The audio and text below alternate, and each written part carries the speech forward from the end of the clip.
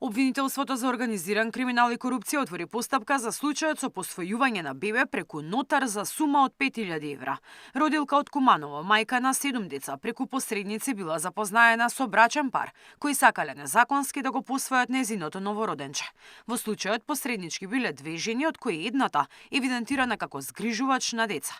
Се до запознавање на родилката со брачниот пар и помагале во неколку наврати со околу 250 евра и ја следеле незината бременост. Мајката се согласила за 4000 евра да го даде своето новороденче на брачниот пар, но брзо откако потпишала изјава се предомислила.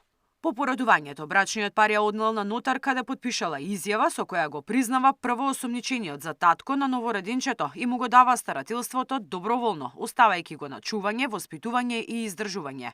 Веднаш потоа осомничениот брачен пар и исплатил 4000 евра, а подоцна кога го побарала детето да ја го вратат, првоосомничениот ја одбил нудејќи уште 1000 евра и укажувајќи дека со потпишаната изјава таа веќе се откажала од него. По барање на обвинителството, првоосомничениот кој бил заверен на нотар како татко на бебето и родилката добија ефективен притвор. На останатите 3 лица им е определена мерка куќен притвор. Станува збор за родилка од ромска заедница која била во тешка финансиска состојба. Според директорот на првата детска амбасада Мегеши, веројатно се работи за злоупотреба на родилката која била доведена во заблуда искористувајќи ја незината тешка состојба.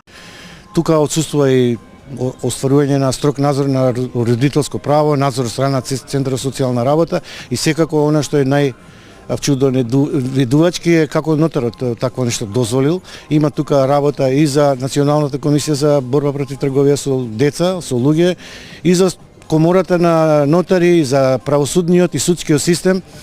Како може да се дозволи да се оттуги тоа дете од родителите и потоа мајката да побара повторно да се го врати назад? Значи немаме информации дали стана збор за трговија со органи на тоа дете, дали стана збор за посвојување на тоа дете и како може да се случи на вистина, уште еднаш ќе потенцирам нотарот тоа да го дозволи.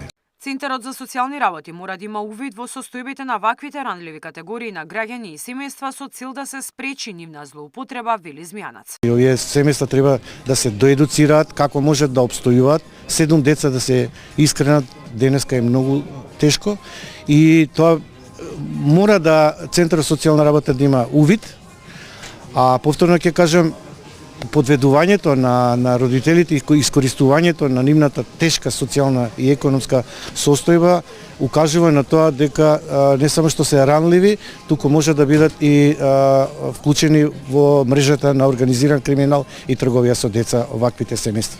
Во овој случај, нотарот не би требало да направи ваков вид на заверка и требало веднаш да ја извести нотарската комора. Иако нотарите не се обврзани да се занимаваат со содржината на изјавата која ја заверуваат, сепак нотар не може да стави печат на старателство кое според закон се утврдува по судска постапка. Мирена Давидовска, Сител телевизија.